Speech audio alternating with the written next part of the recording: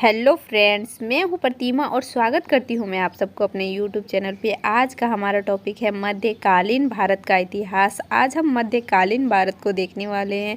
यहाँ से हर एक एग्ज़ाम में क्वेश्चन पूछे जाते हैं, चाहे वो एसएससी एग्ज़ाम हो, रेलवे हो या फिर कोई भी एग्ज़ाम हो। यहाँ से 1 या 2 नंबर क्वेश्चन ज़रूर ही पूछे जाते हैं। तो बिना स्किप किए आप मेरे वीडियो के एंड तक बने रहें। तो चलिए बिना देरी किए वीडियो को स्टार्ट करते हैं।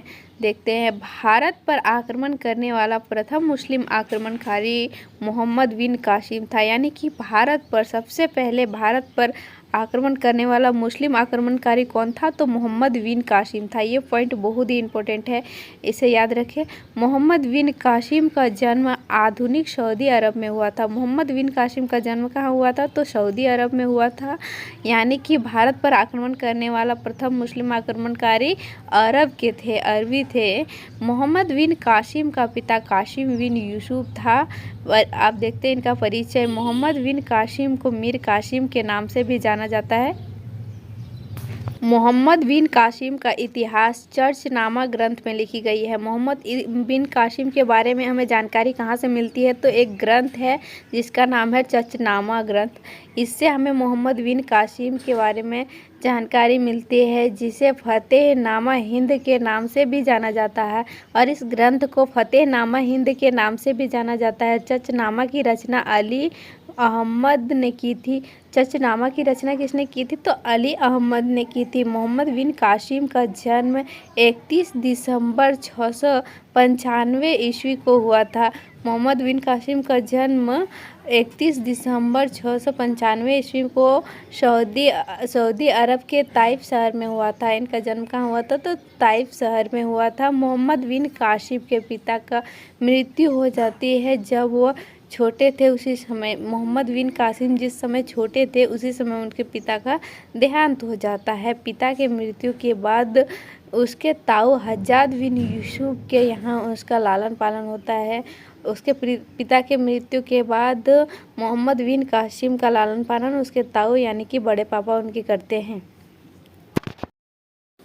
हज्जाज बिन यूसुफ उस समय इराक के गवर्नर थे। हज्जाज बिन यूसुफ जो मोहम्मद बिन कासिम के ताऊ थे, उस समय वो इराक के गवर्नर थे। हज्जाज बिन यूसुफ ने मोहम्मद बिन कासिम को प्रशासन की सभी गतिविधियों को सिखाया और अपने सेनापति भी बना लिया। और उनको क्या किया? अपना सेनापति बना लिया। मोहम्मद बिन कासिम का निकाह हज्जाज बिन यूसुफ की पुत्री जुबैदा के साथ करा दी गई। और क्या किया? हज्जाज बिन यूसुफ ने अपने पुत्री के साथ ही मोहम्मद बिन कासिम का निकाह करवा दिया गया। चलिए अब देखते हैं श्रीलंका अरब के मधुर संबंध। श्रीलंका और अरब के मधुर संबंध को देखते हैं। 708 ईस्वी में देवल बंदरगाह पर एक इराकी जहाज को कुछ लुटेरों के द्वारा लूट लिया गया। यहाँ पे एक छोटी सी कहानी छुपी हुई है। देवल बंदरगाह जो सिंध के क्षेत्रों में पड़ता था। देवल के बंदरगाह कहाँ था? तो सिंध के क्षेत्रों पर पड़ता था। और श्रीलंका से इराक की ओर जाने वाली जहाज़ को देवल बंदरगाह पर कुछ लुटेरों द्वारा लूट लिया गया था। और जब इस बात का समाचार इराक के गवर्नर हज्जाज बिन यूसुफ को मिला तो उन्होंने सिंध के राजा दाहिर सेन को संदेश भेजकर क्षतिपूर्ति की मांग की। उस समय सिंध के राजा कौन थे? तो दाहिर सेन उस समय सिंध के राजा थे। उन्हें संदेश भेजकर क्षतिपूर्ति की मांग की, लेकिन राजा दाहिर सेन ने कहा, ना ही लुटेरे मेरी प्रजा है और ना ही मैं उन्हें दंडित करूंगी। राजा दाहिर सेन ने कह दिया कि ना ही लुटेरे मेरी प्रजा है और ना ही मैं उन्हें दंडित करूंगी। हज्जाज बिन यूसुफ को राजा दाहिर सेन का यह जवाब पसंद नहीं आया और हज्जाज बिन यूसुफ को राजा दाहिर सेन का यह जवाब पसंद नहीं आया। तो राजा दाहिर सेन को दंडित करने के लिए 710 ईस्वी में उबैदुल्लाह के नेतृत्व में सेना भेजा।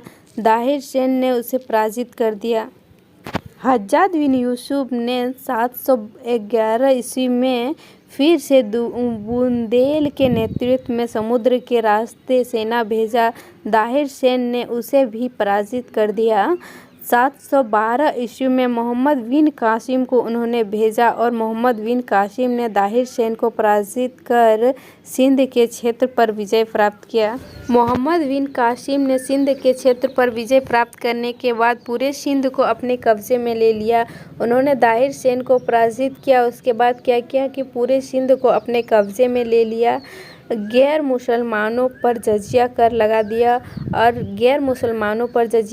दिया यहाँ से भी प्रश्न कई बार पूछे जाते हैं कि सबसे पहले जजिया कर कब लागू हुआ था, तो ये मोहम्मद बिन कासिम के समय में ही जजिया कर लागू हुआ था।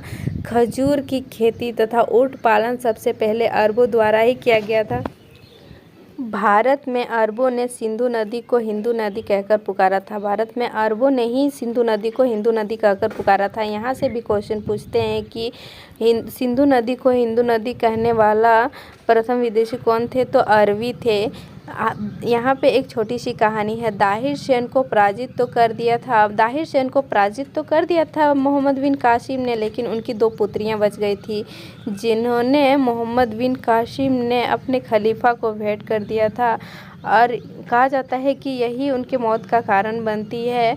उनकी पुत्रियों ने कहा कि मोहम्मद बिन कासिम ने हमारा उपभोग कर लिया है और अब आपको वह भेजी है और ये अब आपको हमें सौंप दिया गया है। यह समाचार सुन के खलीफा उन्हें फिर से अरब बुला लेते हैं और कड़ी से कड़ी दंड देते हैं। कहा जाता है कि मोहम्मद बिन कासिम को चमड़े की खाल में बंद कर दिया गया था और अरब लाया गया था। उसकी बहुत ही दर्दनाक मृत्यु दंड दी गई थी। तो चलिए आज के लिए इतना ही, मिलते हैं अगले वीडियो में, तब तक के लिए bye. Thanks for watching my video.